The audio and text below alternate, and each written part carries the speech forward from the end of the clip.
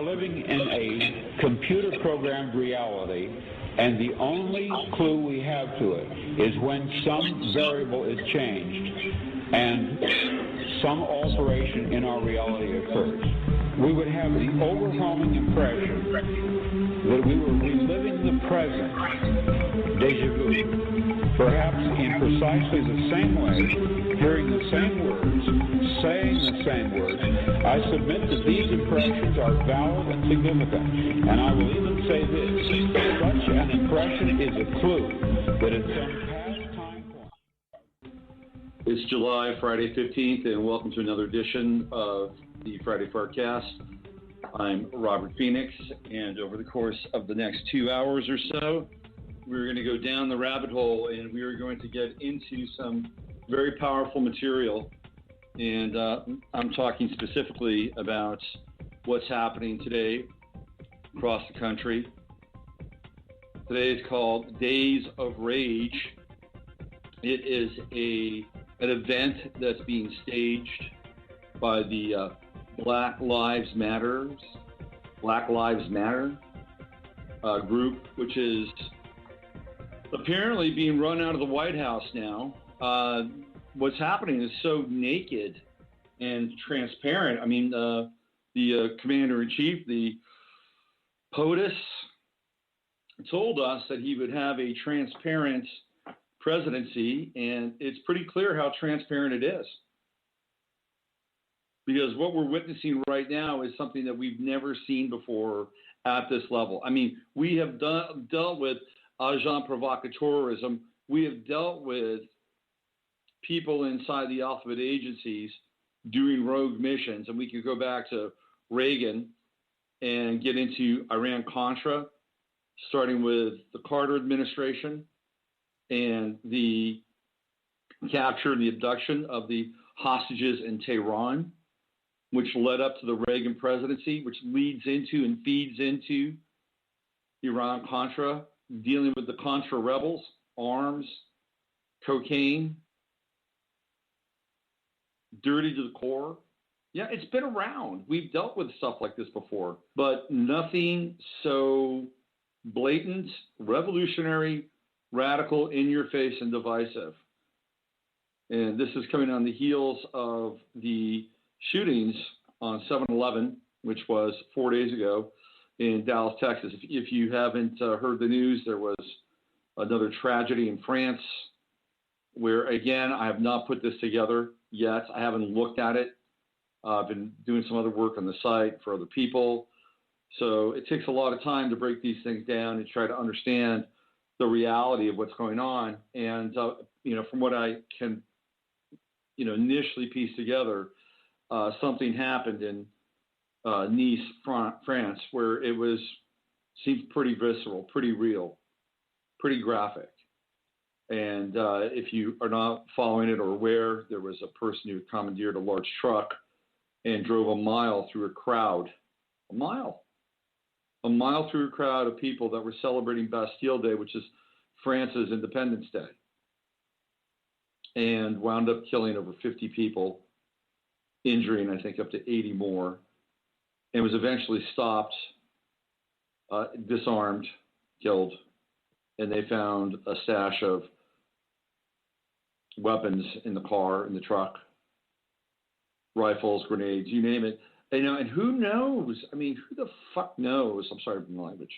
Who the hell knows what is going on with these people? I mean, supposedly the guys from Tunisia, we know very little about him. Could he have been a Manchurian candidate? Could he have been triggered? I mean, is he part of a larger kind of assault on the French people? Which, by the way, I don't think is out of it's on the table for discussion. France has a 30% immigration rate or a 30% migrant rate. That's 30% of the country has been occupied by people from North Africa or the Middle East. And if you talk to certain people, they say once you get to a 30% ratio, you're done. You're absolutely done. There's no way that you can actually kind of reclaim the sovereign territory or even, for that matter, the gene pool So what we're witnessing now is something historic in terms of occupying and reoccupying, or coming into a country and being able to have carte blanche, which is really what the governments of Europe, in conjunction with NATO and the UN, this is a UN plan, by the way, to completely destabilize all the nation states. And it's happening right here, right now, which brings us to Days of Rage. And it was announced a couple days ago that this is going to take place, that Black Lives Matters is going to promote a 50-city event across the country, all starting tonight at 7 o'clock. Everything is synced up. Let me give you a list of the cities so that you understand what's taking place here. So let me just do this here. Days of Rage, July 15th. Okay, so I'm going to give you a list here of cities that this is taking place in. And these are the locations, just in case you live in these cities. Okay? You don't want to be in these places. Stay away. I say stay away. You don't get mixed up in the churn here. So here we go. Phoenix, East Lake Park, that's at 5 p.m. Tucson, Catalina, 5 p.m. Little Rock, outside the State Capitol Building, 6 p.m. Center, 4 p.m. Oakland, Frank Ogalza on Limerick Boulevard, 4 p.m. Denver, Civic Center Park, 5 p.m. Washington, D.C., outside the White House. How about that? 7 p.m. Atlanta, Old Decatur Courthouse, 7 p.m. Tampa, outside Hillsborough Courthouse, 7 p.m. Orlando, Lake Eola Park, 7 p.m. Miami, Gwen Cherry Park, 7 p.m. Chicago, Richard J. Daley Center, 6 p.m. Des Moines, the Iowa State Capitol, 6 p.m. New Orleans, Lafayette Square, 6 p.m. Baltimore, 201 Pratt Street, 7 p.m. Boston, Massachusetts State House, 7 p.m. Detroit, Campus Marius Park. Is that a Campus Martius Park? My bad, 7 p.m. Lansing, State Capitol Building, 7 p.m. Ann Arbor, the DIAG, 7 p.m. Minneapolis, Urban League, 6 p.m. St. Louis, Gateway Arch, 6 p.m. Carson City, Nevada, the State Capitol Building, 4 p.m. Manhattan, Times Square, 7 p.m. Newark, Newark City Hall, 7 p.m. Durham, Goodale Park, 7 p.m. Cleveland, Public Library, 7 p.m. Portland, Pioneer Courthouse Square, 4 p.m. Philadelphia, Love Park, 7 p.m. Pittsburgh, Pittsburgh City County Building, 7 p.m. Nashville, 801 Broadway, 6 p.m. Memphis, Health Sciences Park, 6 p.m. Austin, Texas State Capitol, 6 p.m. Salt Lake City Community College, 5 p.m. Seattle Queen Anne Baptist Church, 4 p.m. Milwaukee, Deneen Park, 5 p.m. The United States Army has warned its military personnel to avoid these 37 cities we have here. Just the update. Get to the update. Okay.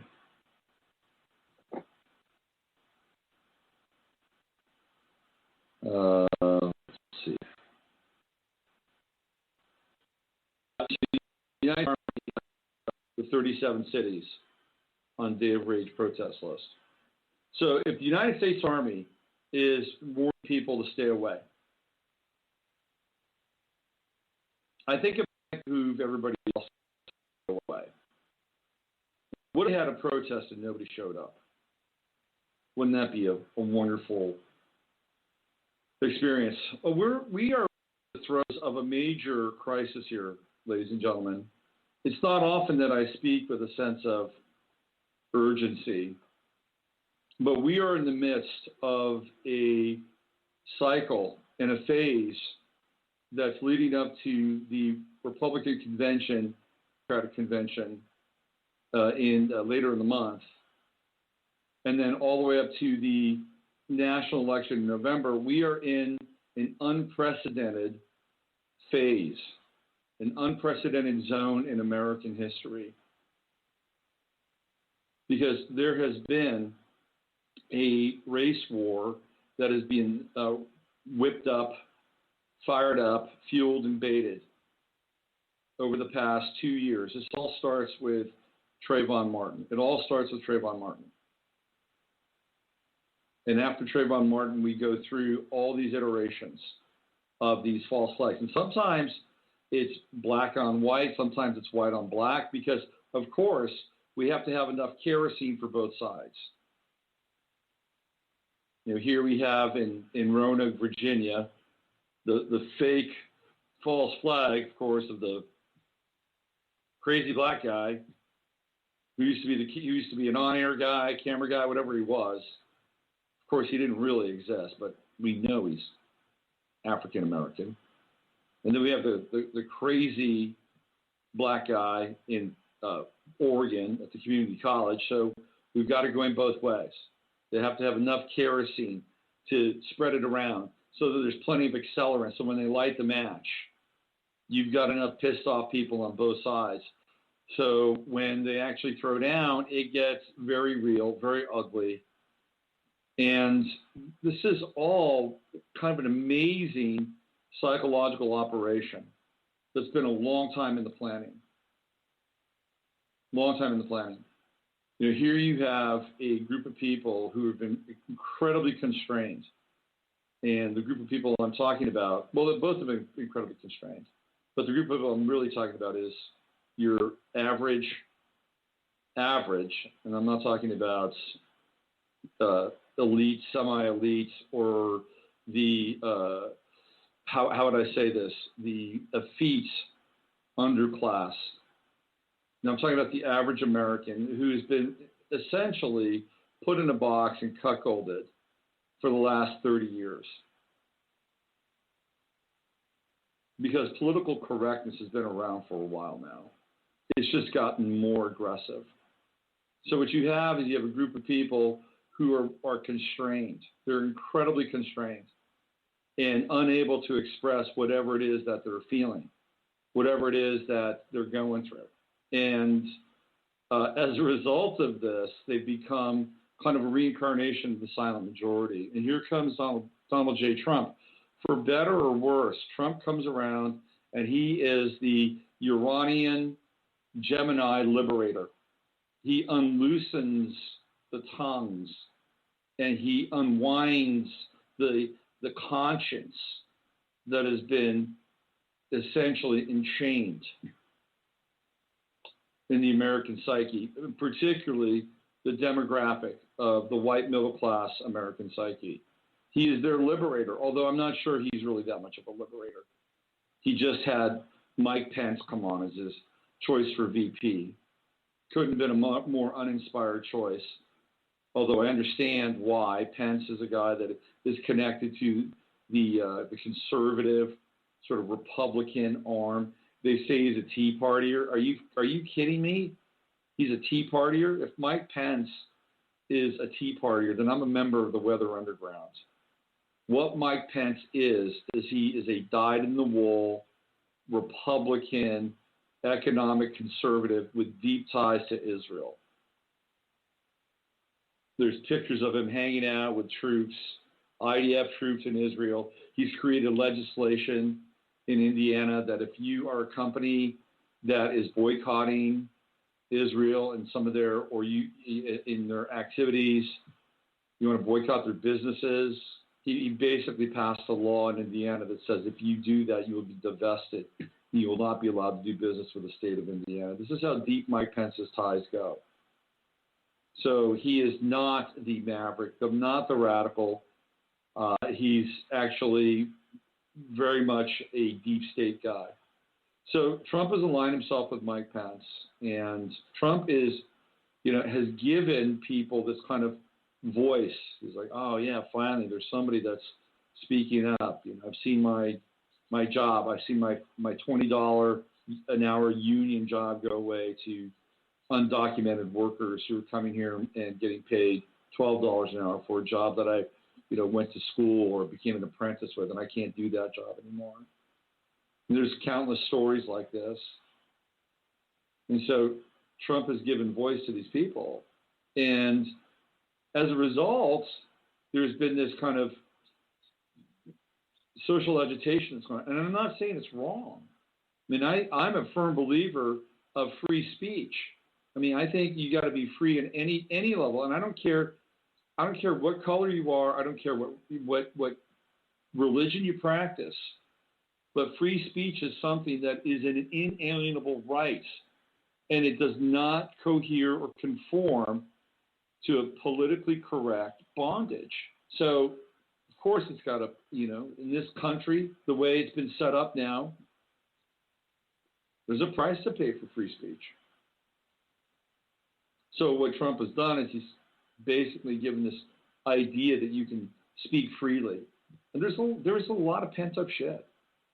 There are, if anything, what's happening now is exposing what's been pent up in the hearts and minds of people. Now, having some form of public catharsis, is that going to help? Is that going to liberate us? Are we going to, do we need a purge-like experience, a national bloodletting, so we can all, reach across the aisle and shake hands and say, kumbaya, man, I'm glad we got this out? I mean, to some extent, there is some value in that. Now, I'm not advocating any kind of conflict or war. But unless two people can really, or two groups can really get their stuff out in a big way, right? And because this mediation is not working, we've got to have some form of catharsis here. It's going to happen. Because I'm telling you right now, having a Christian point of view or having a divine and sacred point of view, which I think is important, I mean, this is my position. I just don't see enough people willing to hold that space. I just don't. I see a lot of Old Testament justice. The flames of Old Testament justice are rising. An eye for an eye, a tooth for a tooth. But at some level, we have to get this out. I don't know how it looks. I don't know how it tastes. We got to get it out. When I was a kid, I'll tell you a story. When I was a kid, I got into a fight when I was 9 years old. And I got into a fight with a kid by the name of Robert Wright. And Robert is black. I'm white. Robert and I got into a fight. We went to the principal's office. We shook hands. We were best friends from that point forward. We rode bikes together. We hung out together. I told this story before. One day, Robert brought some Kool-Aid. He brought Kool-Aid to school. Back in the day, bringing some Kool-Aid to a fourth grade class was edgy. Not so edgy anymore. School's different. So he brings this Kool-Aid to class. It's not even the sweet kind of Kool-Aid. Remember, there's a Kool-Aid you had to add sugar to? It was really just ascorbic acid. It was like food-colored ascorbic acid. That's really what it was. Who knows what else? So Robert busts out this Kool-Aid and he puts it in the desk. And the desk that I shared with Robert was one of those desks that you reach into. It was two to a desk. So he puts his Kool-Aid in there. And so for the entirety of our class, we're licking our fingers and we're licking this bitter Kool-Aid and convincing ourselves that it tastes great. And it tasted sweeter because we were doing it at school, underneath the gaze of the very watchful Mr. Beaumont, who was a big dude and didn't take any crap from his kids. We pulled it off. We had a whole class where we were licking that Kool-Aid together. We weren't drinking the Kool-Aid, but we were licking the Kool-Aid. And this was my buddy. When we started off fighting, and the next thing you know, by the end of our time together in the fourth grade, we're licking Kool-Aid out of the same desk. You see, it's possible. We could have these experiences. We could sit across from one another, and we can understand that, we're not that far apart. We're just not. The challenge is that, Robert and I had to come to conflict. And then once we had the conflict resolved, it was all good. But the problem is the conflict never gets resolved. And it can get resolved. I mean, Obama is the principal of the United States. Am I right or wrong? He's the principal of the United States.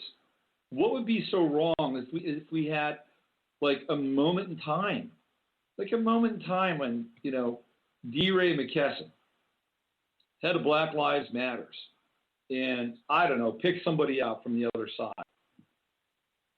Pat Buchanan, old school. And you put them together and you shake hands, you know, after there's some kind of a major conflict. And it's like, okay, we shook hands. There's a symbolic coming together. But this does not happen. It has not happened. Instead, what happens is that there's more stress and emphasis on the problems and on the deep social issues.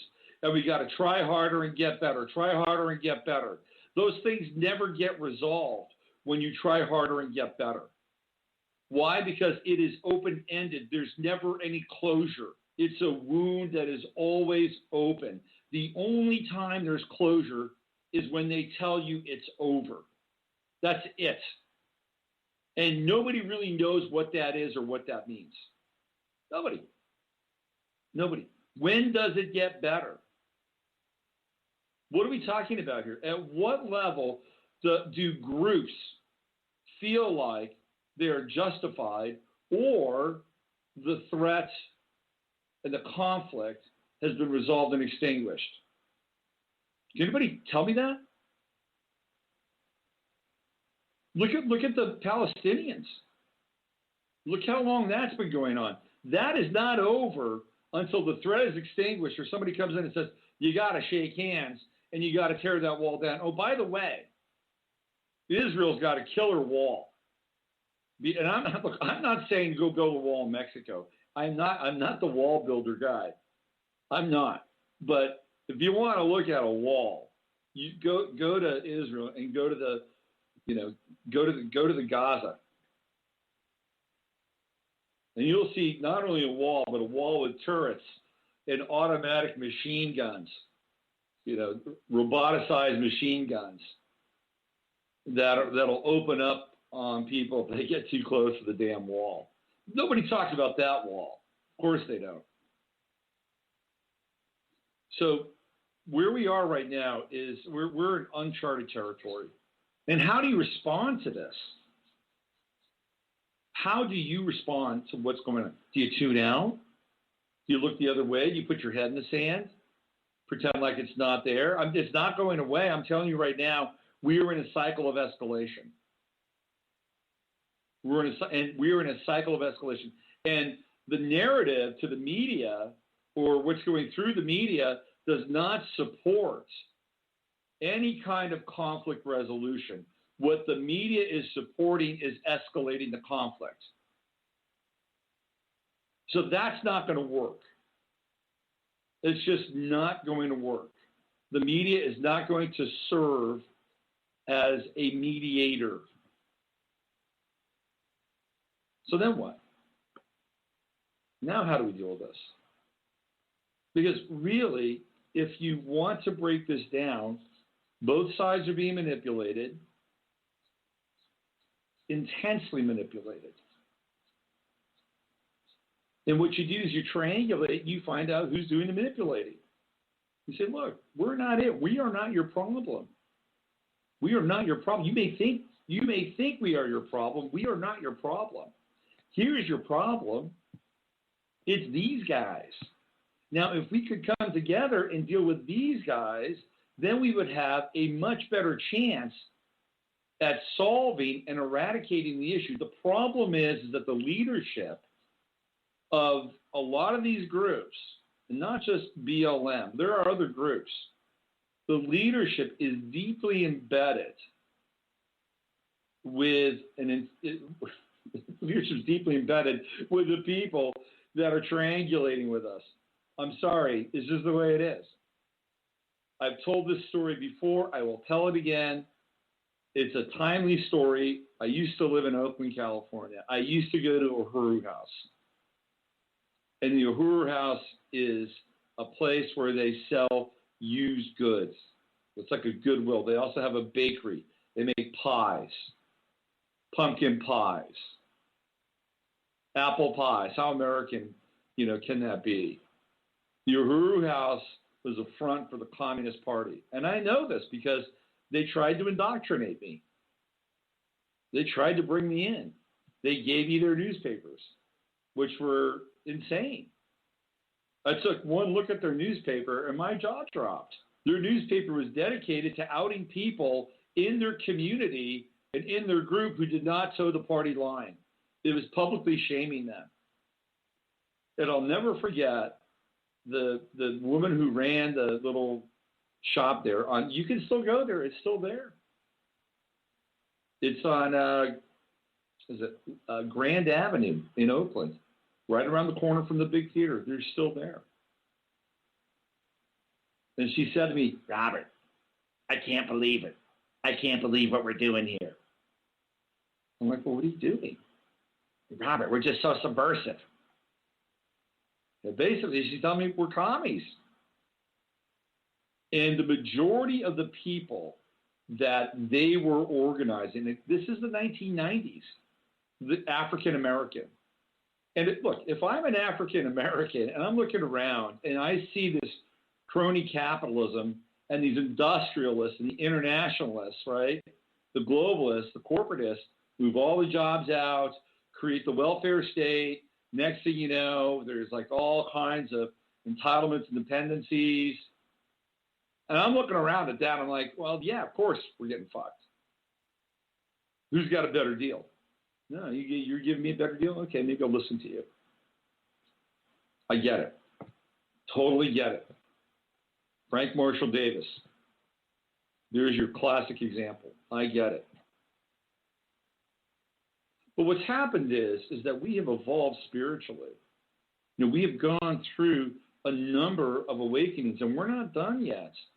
We are awakening. We're seeing what's happening in this third dimensional existence, whatever it is. Okay, but we're seeing what's happening. It's unfolding.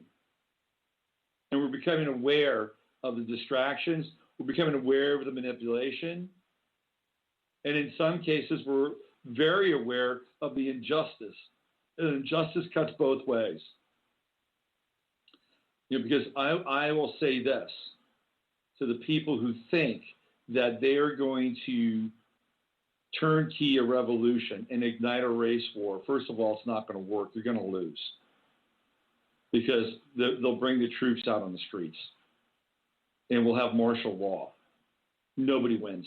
Absolutely nobody wins. And then they've got their FEMA camps all ready to go. And whatever happens after that, in the aftermath, if one group prevails over another group, I will tell you that group that is left standing, well, they're not going to be around for much longer anyway. They're just not. I've talked about this before. There was a guy that defected from the Soviet Union. And he basically says, once a revolution happens, the first people they go after are the people who are the most zealot. These are the people that they want out of the picture, because whatever it is they thought they were fighting for, that's not what they're going to get. Everybody should watch that. It was Zhirinovsky, is that his name? Everybody should watch that interview, especially if you have any kind of investment in a socialistic or communistic, revolutionary scenario. Because if you're left after that, heaven help you. Heaven help you. People don't understand this, though. All people want to do at this point in time is be satiated by their instant gratification. That's it. But if we could have a dialogue and we could talk it out without any kind of prejudice or programming, we actually might come to some kind of clarity. The problem is that the people that are running the organizations, these NGOs, foundations, funded by Soros, Open Society, the Tides Foundation, is that they are in bed with the communists. Who do you think is driving all of this? Days of Rage. Where have we seen Days of Rage before? We saw it 1969, October 8th through 11th. Where? Chicago. Who is behind it? The Weather Underground. Who is part of the Weather Underground? Bill Ayers. All of your middle class, privileged, radical liberals. It was going to be 3 days, and they did some of it, of pure bringing the war home. That's what they said. We're going to bring the war home. Now, the Vietnam War wasn't great. I understand the anger. I understand the fact that, we have an issue. Americans were losing their lives. But it wasn't the solution. That was the first iteration of the Days of Rage. And these people were full-blown communists. I know it sounds funny, doesn't it, to use the word communist? It sounds archaic. Like, oh, sure, the commies. Oh, right. I remember that. Yeah, I remember the Red Scare, the Red Threat. That was all done on purpose, by the way. If you go back and look at the House Committee on Un-American Activities, that was all trumped up. There you go. There's a word, trumped up. Joe McCarthy, the lawyer for Joe McCarthy, was a guy by the name of Roy Cohn, Roy L. Cohn. And Roy Cohn was in the pockets of Bernard Baruch and Jacob Schiff and the Rockefellers, who were all the fronts for the Rothschilds. So Roy Cohn was their attack dog. And so Roy Cohn partnered with Joe McCarthy. And so what they did is they created this Red Scare. That was a McCarthyism, and you have to wrap your heads around this. McCarthyism was a controlled demolition. Just like how we have an election every 4 years to give us the illusion that we're actually electing somebody and making change. The committee, House Committee on Un-American Activities, was exactly that. They outed about a dozen people that were either commie screenwriters or connected to card-carrying communists, and they'll sacrifice their own, they'll eat their own. So I think they're at the minimum, there are about 11 of them.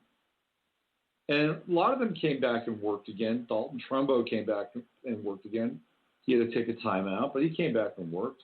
And so what happened is that they gave Americans kind of this idea that there was this red threat. And there was.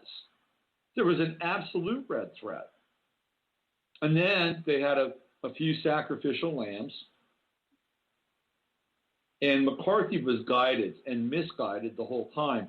But then he started to take it seriously. He wanted to go further. He wanted to go deeper. Because this really wasn't his idea to begin with. It was sponsored. And they're like, well, no, thank you very much. We've had enough. The show's over. And so McCarthy gets ruined. He gets discredited. And it becomes this era in American history where people snicker and laugh at it.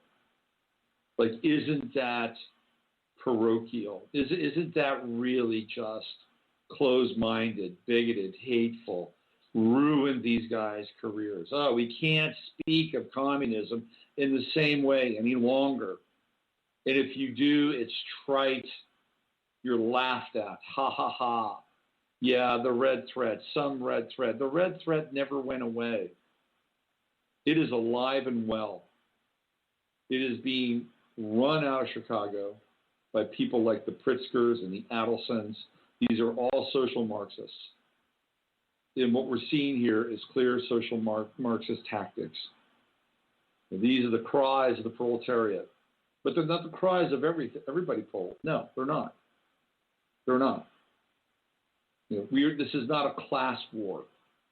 That's what was going on in Russia. The Bolshevik Revolution theoretically was a class war. No, this is a race war. They've basically taken the elements and just altered them slightly. And so you have people that are running, the figureheads, the leaders of these groups. They're totally embedded. Case in point, D. Ray McKesson. He's the guy that is the leader of Black Lives Matter. There's I think 4 of them, 3 are women, and there's D. Ray McKesson. And he's 31 years old, Pluto and Scorpio, millennial, Cancer sun, born on July 9th, Aries moon, Mars conjunct Sun in Cancer. There's some power in that chart. Mars-Sun conjunction in Cancer is powerful because you get that feeling, that depth, that intensity of Cancer, and you get that martial energy with the Mars-Sun conjunction. Anyway, D. Ray McKesson is living in a house that is owned by George Soros. I think it's the Johnson family. Let me see. I got to get this up here. One of my reporters, one of my ace reporters, sent this to me. Hold on. I'll read this to you. Just so we get our facts straight. Just so you understand what we're dealing with here. We're dealing with a group that is deeply embedded. All right, so let's see what we got. This is from the AmericanMirror.com. And it says, Black Lives Matter leader D. Ray McKesson may claim to be leading a grassroots revolution for racial and economic justice.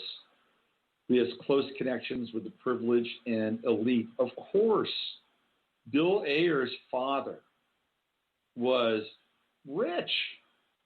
Bill Ayers grew up in a privileged life. His father was on the board of the various power companies in Chicago. Went to all the best schools. McKesson lives in a home owned by philanthropists James and Robin Wood in Baltimore, Maryland. It's the same address he used when declaring his residency on his campaign committee registration form for his failed mayoral run in the city's Democratic primary earlier this year. The Woods have owned the home since 1996 and are wealthy donors to the Baltimore chapter of George Soros's Open Society Institute. Robin is so active, she was made a board member in 2008, according to the OSI's website.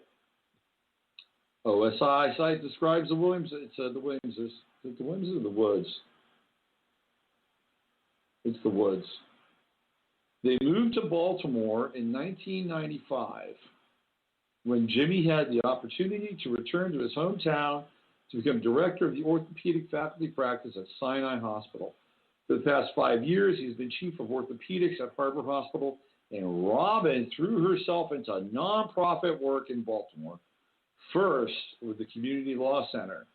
She has served on the boards of Associated Black Charities, Safe and Sound, the Baltimore School for the Arts, and the Baltimore Community Foundation boards. In 2008, Robin joined the OSI Baltimore Board of Directors. She is also now attending the University of Maryland School of Law. Soros groups have had several connections to Black Lives Matter, and they've actually donated $33 million. $33 million. McKesson, D. Ray McKesson, makes $165,000 a year. I love this. This is great. In his new role, this is from the Baltimore Sun. He's got a gig with the Baltimore School District. In his new role, McKesson is earning $165,000 as the district's third chief of human capital in 2 years. Chief of human capital? Where do they get these titles? Chief of human capital.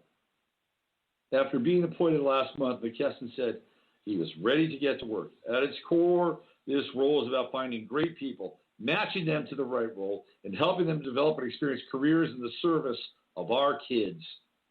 I am excited to return to city schools and to continue doing the work to ensure that every child in Baltimore City receives a world-class education. Really, what he's talking about is a world-class indoctrination, but we're transposing syntax here. So D. Ray McKesson is living in a house that is being funded by people that are on Soros's open society. That's a great gig. I wish I could get a gig like that. Can somebody fund my house? Is there a billionaire out there that can fund my house and I can get a $165,000 a year job as the chief? I don't care if it's human capital. Maybe it could be like, I don't know, cats and dogs or something. Cats and dogs capital. I'll take that. $165,000. So he's probably doing a great job with this job, running all over the country, meeting with the President of the United States for 3 hours yesterday. And by the way, it wasn't just D. Ray McKesson. They had Al Sharpton, the whole cast of characters. They're planning something really big. I'm just telling you right now, be ready, be prepared. They're planning something big. And Obama does not look like someone who is essentially on his way out of office. I've seen more activity out of this guy in the last 6 months than any other previous president. George W. Bush, by the way, did you see that video of him dancing in Dallas? Oh my God. Talk about making white people look bad. That was really not good. I mean, the guy's it's either the idiot clone or he's got, some kind of brain damage from drinking too much. He's got some shrinkage of the brain. He was like a child, absolutely not in a good way. Although it was classic because I've never seen Obama look so stiff. To Michelle's credit, she actually kind of cracked up a little bit, showed a little bit of humanity. Something big is on its way. And when I say we have to be prepared, we have to be prepared in our consciousness. The only thing we have right now is our consciousness. And we can't be reactive. We always have to diffuse a situation by being conscious, clear, aware, see what's going on. We do that, and we have an opportunity to see things as they are, not as we would like them to be. Just there it is. If we can practice that, then we have the potential for clarity. We have the potential to stay free, to not be dragged down or sucked in by some reactionary signal. Now, at some point, and I hope it never gets to this point, there will be kind of a flashpoint. And it's not going to be tonight. I'll tell you that right now, although tonight could get very intense. Everything starts at night. It's all starting at 7 o'clock. And I did a chart for it. It's a terrible chart. Absolutely terrible. We got a T-square between Pluto, Uranus, and the Sun in Cancer. And Uranus at 7 o'clock at night is right there on the 4th house cusp in New York City. Uranus in Aries, it's revolutionary. It is not a great chart. Pluto is right out in front, right in the 1st house. Open, not closed, not occluded, not hidden in the 12th house. It is out front. Pluto in Capricorn.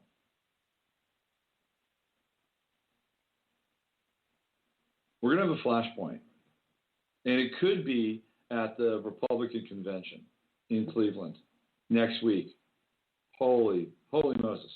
That is going to be intense. Let me give you a couple of facts about the Republican convention. First of all, the police in Cleveland have said that they are not going to police the convention. They will not be there. And of course, they're blaming this on Trump. But in all actuality, they're just getting a stand-down order. So you're going to have unmitigated chaos, agents provocateurs. You're going to have the Black Brigade people. You're going to have people running around in Ku Klux Klan sheets who probably aren't Klansmen. It's going to be fucking nuts. Absolutely nuts. And there's going to be no police protection. This is true. You can look it up. So now we have bikers for Trump, and they're going to show up. And we might get truckers for Trump. So here we're going to have the grizzled old guard, the grizzled conservative, good old boy old guard going out there to protect their guy.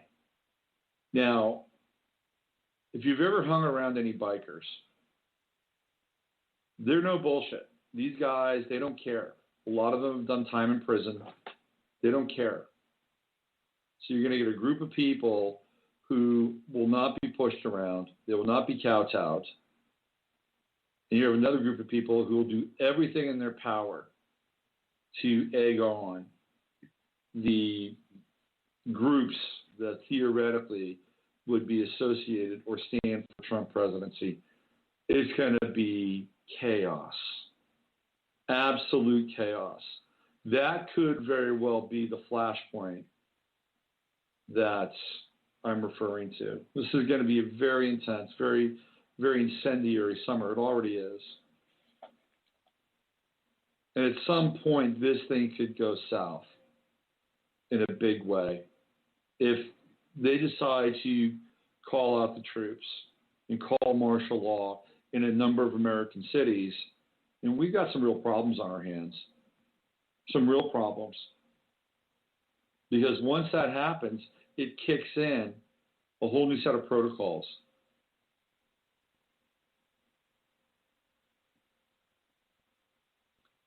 If you have any connection to the world of prayer, I would say start saying them now.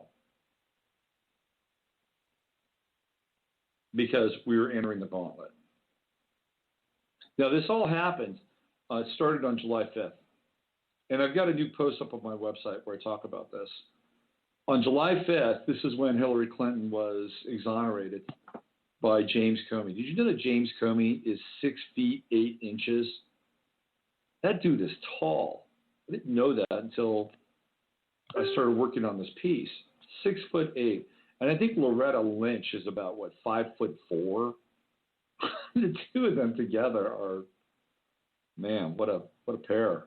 So on July 5th, Hillary Clinton was basically exonerated, set free, even though Comey was essentially saying she'd committed and done all these things without any kind of clear and conscious intent that they could not prove. Without that, there was no case, according to Comey. Now, you try that with anybody else who is not as connected. Comey's been all over the Clintons. He was there with Whitewater. He was there with HSBC. He's been on their payroll for years. Of course, he just happens to be there at the right place at the right time. And he knew it. He basically said she's guilty. But okay, man, couldn't find any clear and conscious intent. So, but if that were you or I, or somebody with far less means in their lives to protect themselves or have dirt or pay somebody off or whatever, you're fucked. You're gone. You're spending time in the who's gal, and who knows for how long. So what happens is this set a template, because what we saw was that rule of law no longer applied. Well, it certainly no longer applied to people of privilege and people of a certain political caste who were being supported by a group or a regime that wanted them to be in a position of power so that their unfoldment of how we're going to live together or not live together gets rubber stamped. So when we have that, when we have a clear case of justice not being delivered, the monster would die. They would kill the monster. because that's how you did it. You went to the movies and then you saw Dracula. And Dracula scared the shit out of you for an hour and 15 minutes. And in the last 15 minutes, they take care of Dracula. Van Helsing takes care of him. Whew, great. You leave the theater, but you don't leave it with Dracula lurking around in your consciousness. Dracula's dead. Now that's changed. That's changed. The first movie that I saw that did not conform, and at the end of the movie, what do? They've committed all these, bloody murders.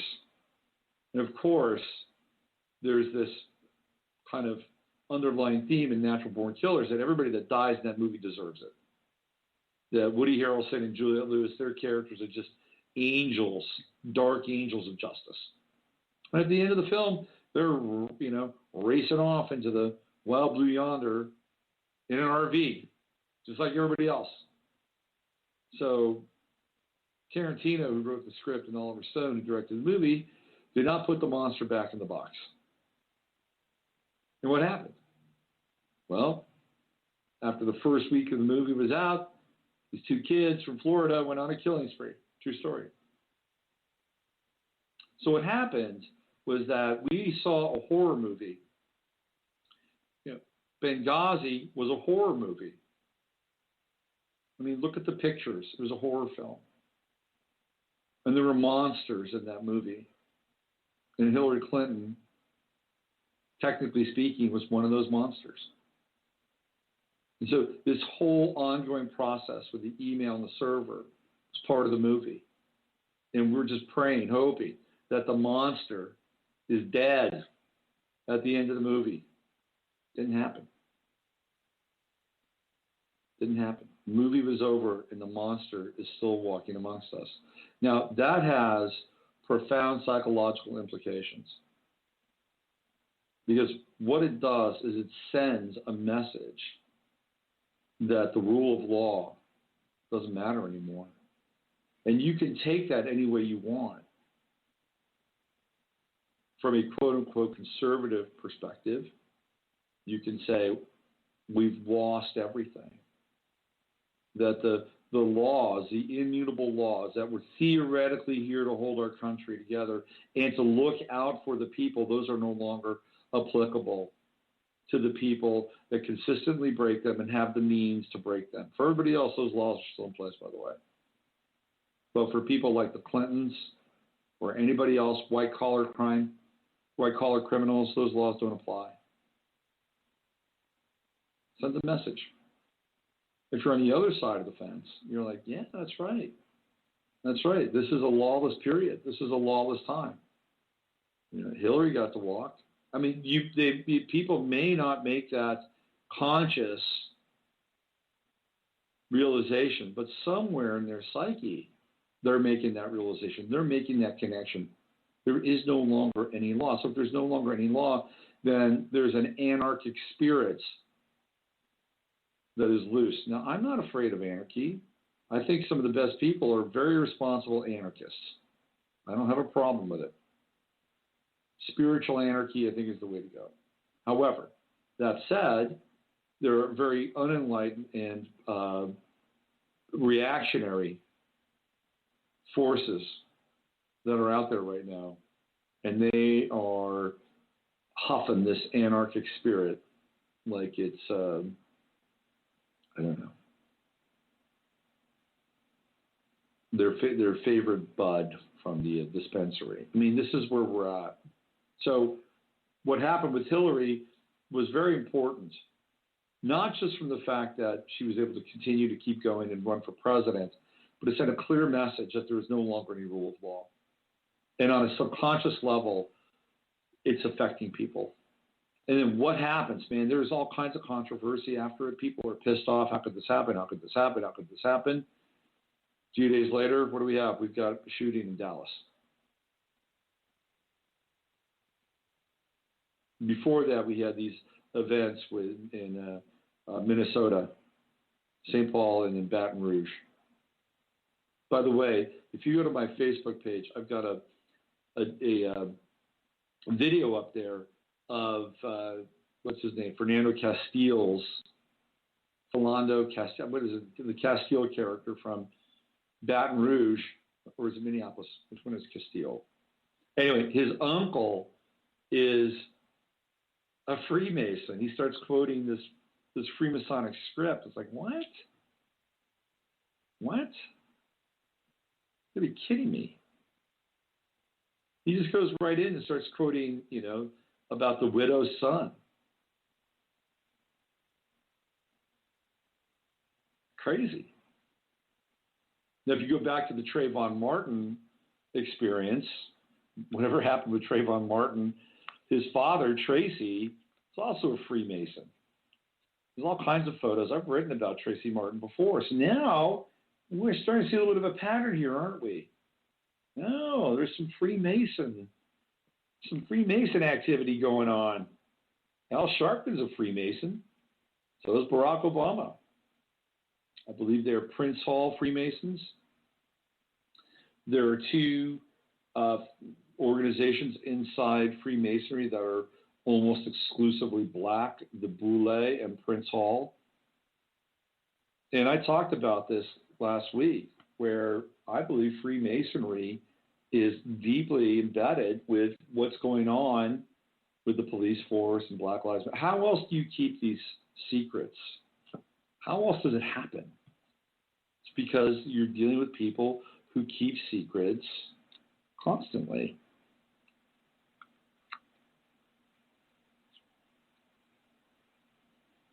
All right, why don't we do this? Why don't I play a little bit of music?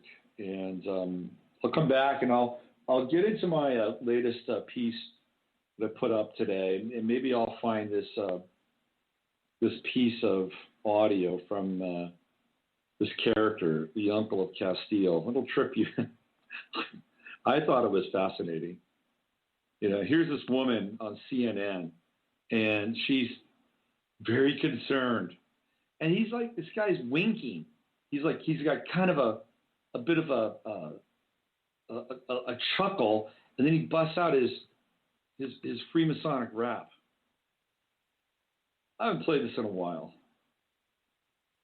Let's play a little toy matinee, shall we? About last playing out. We'll be back in 5 minutes, 11 seconds. You're listening to the Friday FARcast. I'm Robert Phoenix.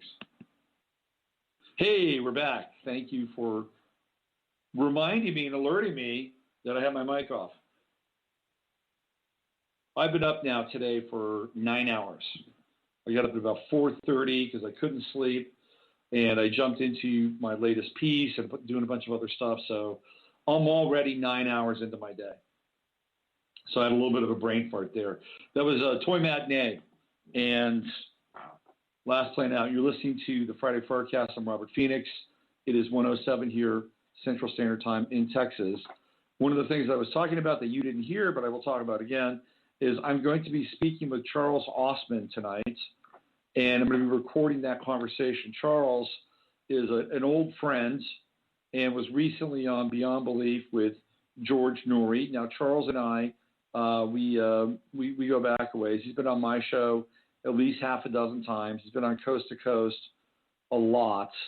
And Charles is into quantum computing, AI, self-recognition, self-recognizing systems, synthetic sentience. Charles has his fingers in all of those worlds. And he has been a part of some very interesting groups and agencies, which he does not like to talk about, although he has mentioned it on my show on a few occasions. But, he signs confidentiality agreements. So Charles has some insights into what's going on. Anyway, we're going to talk about the Mandela effect. And I don't think there's anybody else from a computational perspective dealing with quantum computing and parallel universes and multidimensional timelines, realities. Charles is, I think, a go-to guy. We talked a little bit about it via text. He's got some ideas around it. So we're going to get together tonight, and next week I'll play an hour's worth of me and Charles getting into the Mandela effect from a computational perspective. So get ready to check that out. I found this recording of Clarence Castile, and you really have to watch it to get the full effect, to be honest with you. Because the guy is incredibly self-assured, bordering on smug, as he uncoils this Freemasonic rap. So here we go. I'm gonna play this for you now. Let me see if I can get to it. This is so this is on. So I can get it on YouTube. This is on CNN. I found this today, and the woman who's interviewing Philando Castile's mother and Clarence the uncle, she's got just a great deal of empathy. Lots of empathy. Here we go. I'd like to say one thing. Yes. Oh, Lord, my God, is there no help for the widow's son? We got to hang on by the strong grip of the lion's paw. We've got to hold on by the strong grip of the lion's paw. That is a Freemasonic handshake. Total Freemasonic. The widow's son is Hiram Abiff. That's who he's referring to. Hiram Abiff is the guy who was killed because he would not divulge the secrets of Freemasonry. He was killed by 3 blows, and he was killed by these 3 strangers, right? Hiram Abiff. He is the widow's son. And the woman from CNN is shaking her head like, yes, yes. Yes, there's something very important. There's something very spiritual coming out of his mouth. They must talk about this at black churches. I'm sorry. And he's chuckling. The guy's like, he does not look like somebody who is in a deep state of grief. He's looking like he's real happy to share his little insider Freemasonic knowledge. So the question was posed to me on Facebook. Why is he doing that? I think it's a great question. So he was either instructed to do it as some kind of, open sort of signal to other Freemasons who might not know that this might have been an event that they have their hands in, or he might just think he's cool and he's going rogue, in which case that may not wind up or turn out so well for him. I don't know why he's, bringing it to CNN. I'll play it again for you. I'll play it again. Here it goes. I'd like to say one thing. Yes. Oh, Lord, my God, is there no help for the widow's son? We got to hang on by the strong grip of the lion's paw. And he's into it, man. He's smiling. Oh, Lord. And the woman is clueless, absolutely clueless. Hello? Hidden in plain sight. Hidden in plain sight. Have you seen the pictures of Tracy Martin? Trayvon Martin's father. Died in the wool Freemason. So what we have here is we have a collusion of all these different factions all coming together. It's the commies and the Freemasons, and it's the Salafist, Wahhabist, extreme Sharia Muslims. They're all coming together here. What an unholy alliance this is! Oh my God, this is what we're up. This is what we're up against, boys and girls. And that's why they can keep a damn secret, unless of course he just let a little bit of that secret out. I want to play one more time. Let's just play one. I'm fascinated by this. One more time. Here we go. I'd like to say one thing. Yes. Oh, Lord, my God, is there no help for the widow's son? We got to hang on by the strong grip of the lion's paw. Just blows my mind that this guy is saying this. And what blows my mind is that he's like really into it, man. He's like, oh, Lord, my God. And then he kind of tones it down, right? You have to hang on by the strong grip of the lion's paw. It's like a Masonic handshake. And there's a dumb blonde. Oh, yeah. Yeah, that's profound. That's deep. That's really deep. Where did he think of that? Where's that prayer from? And then his mother was just sitting there. By the way, check out a website called gotnews.com. You got to get to this website, gotnews.com. This guy who runs this website is freaking amazing. He's got moles all over the place. He pays people for information, and the stuff that he's come up with and kind of unearthed with a lot of these characters that show up in these events, these shootings, he's found dirt like you won't believe. So go to gotnews.com, check it out, support it. It's a website that I think is worth supporting. I wanted to read my piece that I put up today because I worked very hard on it. Let me see if I can find it.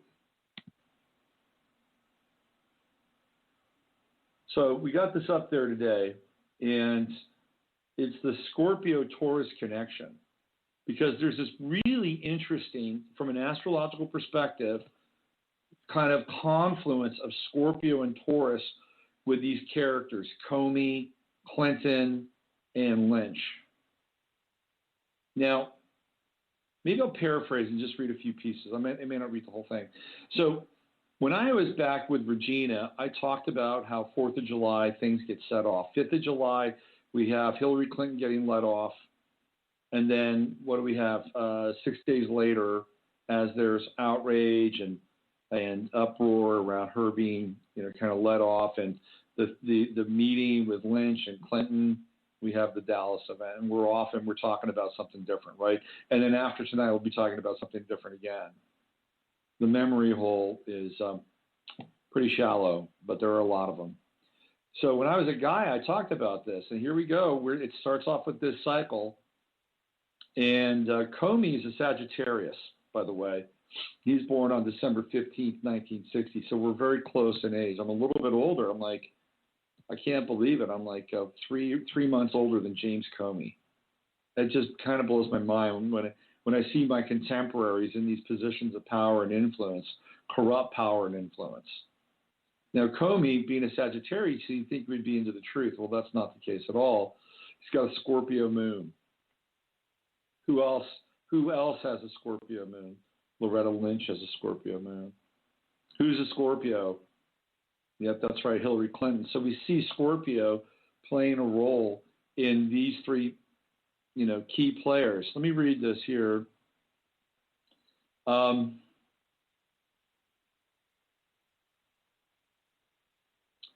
There are some interesting astrological links between Hillary, Comey, and Lynch, and they're all related to Scorpio, the keeper of secrets. Comey and Lynch both have Scorpio moons, and from what I can gather without their exact birth times, both moons are conjunct Hillary's Scorpio sun at 2 degrees. And based on one of Lois Rodin's times, it would place their moons in Hillary's 12th house.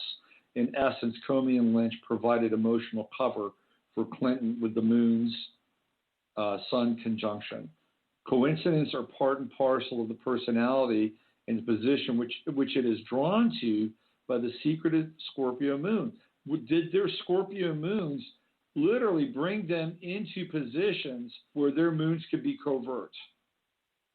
Speaking of Lynch, good luck getting anything out of her. Born May 21st, 1959, Lynch is a 29-degree Taurus sun.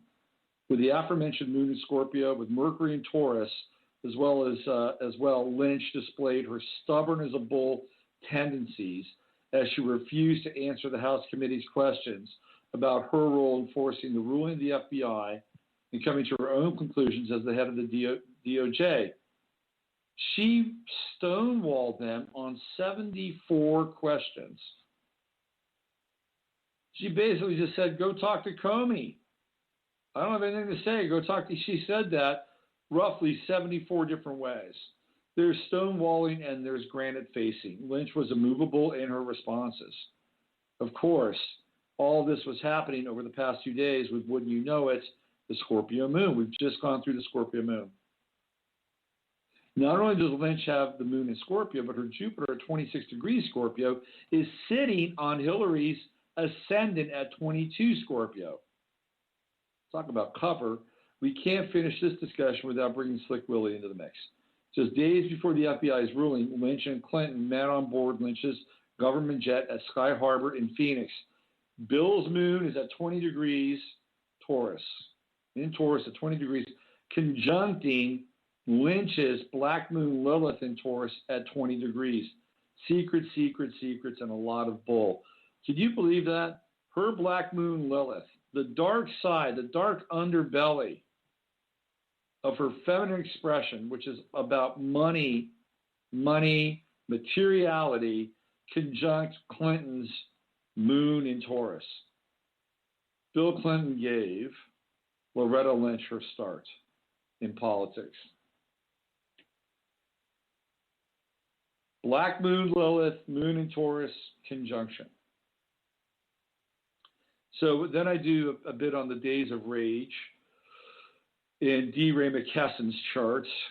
D. Ray McKesson's got to be careful because he's got his sun at 16 Cancer, conjunct Mars at 16 Cancer, and Pluto's at 14 Capricorn. He's going to have a Pluto Sun, Pluto Mars opposition coming up pretty soon. And that could be quite dangerous in terms of violence and in terms of, being taken out of the program. So astrologically, he's got a pretty challenging aspect coming up here. One of the things that I am pretty clear about is that what we're seeing with this conflict now between the police, and I talked about the police, I talked about the relationship with the IDF and being trained by the Israelis. I talked about that last week and how it's influencing not how they treat just Black Americans, but all Americans. Now, not all police are quote unquote bad, but the training methods and the shoot first ideology, which is now being practiced by more and more police agencies, police departments around the country, that's coming from another direction. That's coming from their sergeants and chiefs of police being trained by the IDF over in Israel. Okay, I talked about that already. So we have a police force that is getting more aggressive and more militaristic. We have a group of people, not just Black Americans, but Americans in general, that have to deal with this. And again, not every cop is bad. But what's going to happen is that at some point, if this conflagration continues, if we have more Philando Castiles, if we have more Freddie Grays, if we have more Mike Browns, then Obama is going to step in. Trust me on this. Trust me, he will step in and he will nationalize the police force. You don't think I'm joking? He can do it. He can do it. He can put them under DHS. And Obama is the guy now who runs DHS. It is not Jay Johnson. Jay Johnson reports to Obama. At one point, I believe Jay Johnson and Obama were lateral. Now Jay Johnson reports into Obama. Obama is the head of DHS. So he could roll every single police department in the country, probably in a state of emergency, under DHS. He could do that. And then now he has the police force at his disposal, and they have to listen to him. This is what he wants. So he'll create division, fraction, and strife, and everything goes along with polarization. And the prize in all of this is capturing the police force at a national level. Now, are there going to be police officers that will object to it? Absolutely. They're already doing it, and some of them are already leaving In the past month alone, Dallas has lost 48 police officers in the past month alone. 48. Where are they going? These are people in the prime of their careers, pensions, and they're leaving. It's because I think we're going to see a sea change when it comes to, what is this? Oh, come on. This is not good. It should be on the chart. It should be on my website. Now, you know what it is? It's my femoris. I got to get a new femoris up there. Okay. Yes, new femoris. So this is the prize. This is the prize. It is the nationalization of the police force. And we've got a boy who plays baseball on my son's team, whose father is a detective, was a detective on the Austin PD. Now he's become a sergeant. And I was talking with his wife last night, and I told her my theory, and she completely agreed. So you just need to be aware, boys and girls. You just got to have your high beams on. We're in very different territory. That we haven't seen anything like this before, period, end of story. Nothing like this before. And it all starts tonight at 7 p.m. Eastern Standard Time, cutting across 38 cities. So I had this radical thought, this radical idea. And some of you, this may turn you off, okay? May turn you off. But I think at the very least, it's worth exploring. So one of the thoughts that I had is that what we're experiencing with this conflict, with this quote-unquote racial conflict, right, isn't just a strategy that would be laid out by somebody like Saul Alinsky. It is not just the fomentation of frustration that has been building and really being catalyzed of two groups of people. It's not just this sort of pogrom that could be used and activated by the social Marxists. Although all of those things could contribute to it. Here's the theory. And it's a theory that may get me in hot water, but I'm willing to talk about it. My theory is that it is no secret that Barack Obama is mixed. He's black and he's white. So we're talking sensitive here, but we're talking real. We're having a real discussion. So what if I said to you, and this was my experience, by the way. I dated a woman for a while who was mixed. And she told me that when she was young, she went to school in Baltimore, of all places, and she went to a predominantly all-white school, and she got beat up and she got into fights because she was black, dark-skinned. So they said, well, let's solve this. Let's get her into an all-black school. She went to an all-black school. It was even worse for her. She got into fights. She wasn't black enough. In one school, she wasn't white enough, and in another school, she wasn't black enough. I can't even comprehend what that's like. Can't even begin to comprehend how that would feel, to feel displaced like that. And I'm not saying that everybody who is mixed has these kinds of feelings.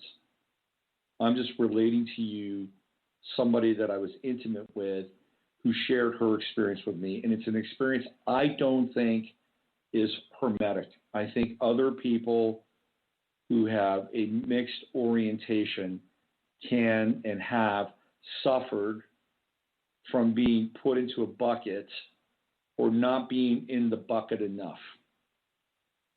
I can begin to think what that's like. Okay, so I'm just being straight up with you. But if that's the case, and Obama has his own version of this, that on the one hand, he's not necessarily part of this community, and on the other hand, he's not necessarily part of this community, that he's not light enough to be in this community or dark enough to be in this community, and I'm not saying that's the case, but if that is the case, if he did experience that, then perhaps what we're seeing is an outward manifestation of a conflict that is inside of him. Perhaps it is the two sides of Barack Obama that's getting played out for everybody to deal with. Again, this may not be a politically correct position, but I think it's something worth examining. Because what we're dealing with all the time is our shadow, whether we're conscious of it or not. So we're going to find out more tonight, and it's going to happen at 7 p.m. Eastern Standard Time. And I'm hoping here that we could come to some kind of more positive, more enlightened, more affirmative dialogue and thought before I sign off today, because that's what we really need. You know, we need to hold some space or some enlightened space. And I know a lot of you have done your spiritual work and continue to do your spiritual work. You meditate, you pray, you do your yoga, you watch what you eat, you watch what you think. That's great. You got to continue to do that. It's essential. We can't let go of those things. These are the things that make us whole. But I think the best thing that we can do, in spite of all of our differences, without putting our heads in the sand, is to affirm and decree that we come through this together and more enlightened and closer and more compassionate than before. That the light of truth is activated and comes through the hearts and minds of all men and women. And we can see things as they are, not as we've been indoctrinated to experience them by. And in which case we can make enlightened choices, have clear thoughts, clear speech, not be encumbered by our own internal censorship, but at the same time be compassionate and understand that we're all going through this to one degree or another. Can we be our own brother's keepers? That's really the question. And if that's the case, will our brothers allow us to be our brother's keepers? Or will we be summarily dismissed and just viewed as part of the problem? We'll find out, won't we? Starting tonight at 7 p.m., Days of Rage. Next week, Republican Convention. Running up all the way to the National Convention, where the day starts off with Mars, 29 Capricorn, going into 0 degrees Mars Aquarius on election night. Hang on to your hats. We're in for a ride. Don't forget to laugh, see the humor in things, and do your very, very best to stay clear, stay calm, and stay close to your nutrition, the sources that feed you, whatever they are. All right? All right, let's get on out of here. I'm Robert Phoenix. You've been listening to the Friday FARcast. I'll be back on Sunday night. I'm sure we'll have a lot to talk about. These events that happen on Fridays, they provide more than enough fodder for us to get into. Okay, so why don't we do this? Let's get out of here. Let's play a little Philip K. Dick and have a very, very good Friday and as much of a good weekend as possible. We are living in a computer-programmed reality, and the only clue we have to it is when some variable is changed and some alteration in our reality occurs. We would have the overwhelming impression that we were reliving the present, déjà vu, perhaps in precisely the same way, hearing the same words, saying the same words. I submit that these impressions are valid and significant, and I will even say this: such an impression is a clue that at some past time point, a variable was changed, reprogrammed as it were, and that because of this, an alternative world branched off.